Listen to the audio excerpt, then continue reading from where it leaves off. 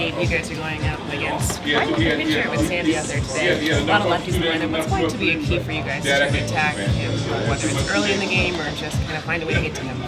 Well, he's one of the game's best. It's a lot of velocity. It's good, really good command. It's plus stuff.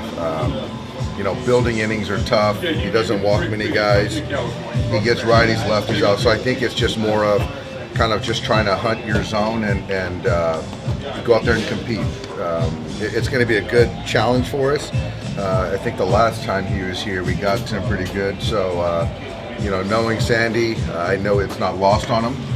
So he's going to bring his best today. So it's going to be a good one. Kind of a different pitcher where he's not like striking out a ton of guys, but it's kind of throwback and almost like can navigate the lineup and work quick and get soft contact. Well, I think it's a little bit of a byproduct of, when he takes the baseball, he's expecting to finish the game.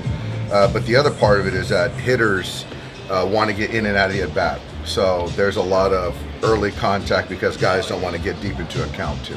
Are your guys, do they get excited about a matchup like this? Do they dread it a little bit, especially like a Sunday day game like this? Or how do guys look at it? When you have I think, speaking honestly, I think that when you see his name on the probables, you dread it. And then the day of the game, you look forward to it because there's no other way to go. So I think that, you look at it and it's going to be a good challenge. And then now when you get into the day, it's like, I'm excited for it. Sorry if you addressed this earlier this week, but moving Pepio up, is that just to give everybody else a day? It is. It's to give everyone an extra day.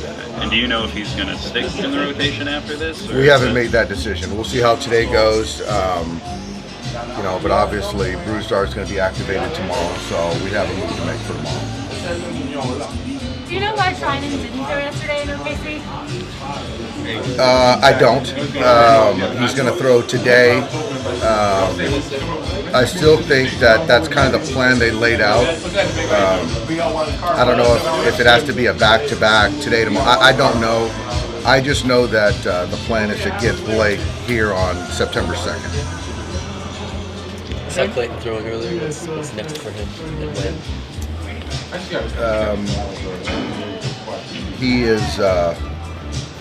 He's got another bullpen, and after that next bullpen, I think he has a simulated game with our guys. So I don't expect him to go out on an assignment. His kind of rehab is going to be a simulated game with our guys. You don't expect him to go out? I don't. Is that kind of his preference? It's kind of all of our thoughts in the sense that it's only been a little over 2 weeks. At that point in time when he would potentially go out, it's like 2.5 weeks, so it just doesn't make as much sense. So like a 30-pitch pen? Yeah. You know when that is? I don't. I think he threw one a couple days ago, so it's tomorrow makes a lot of sense, but don't hold it to that. Okay. And then a 2-inning sim game probably?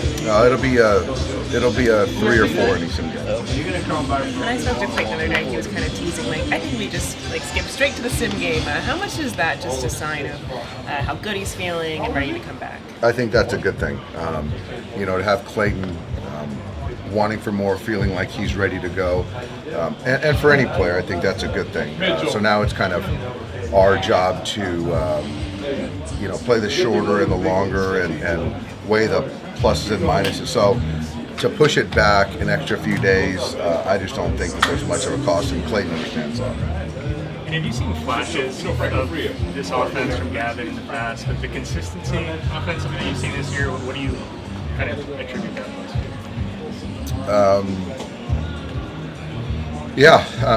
I think there's a lot of factors. I think that he's worked really hard on the mechanics as far as really understanding what type of hitter he needs to be right now in this point in time.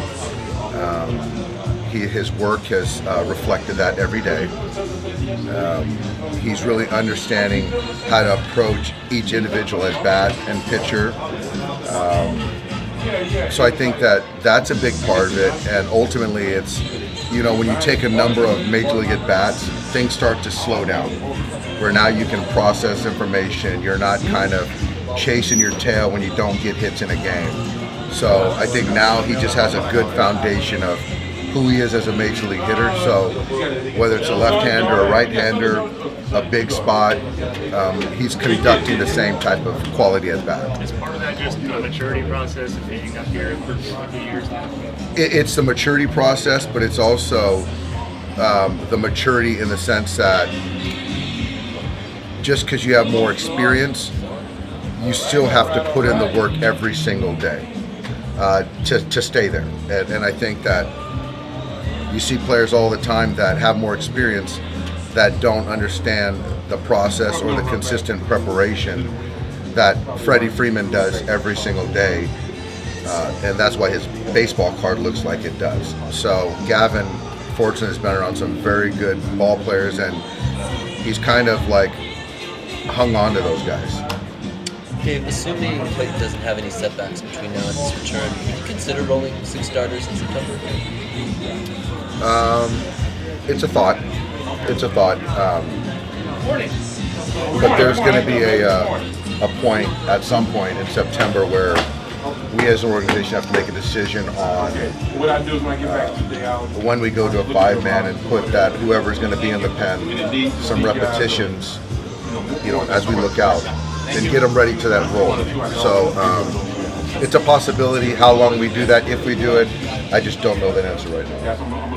I know yesterday was another example of top 3 producing. When you look back to the beginning, Top 4. Top 4, but those top 3 specifically, were they? Did they meet your expectations? Exceed your expectations? The Mookie, the Trea, the Freddie.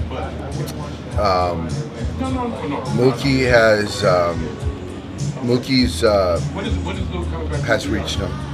I think that he's just continuing to be a spark plug, getting on base, getting hits.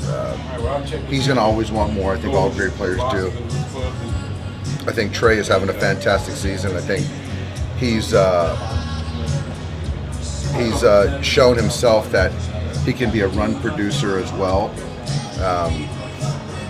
I think for Trea, so I think he's realized them.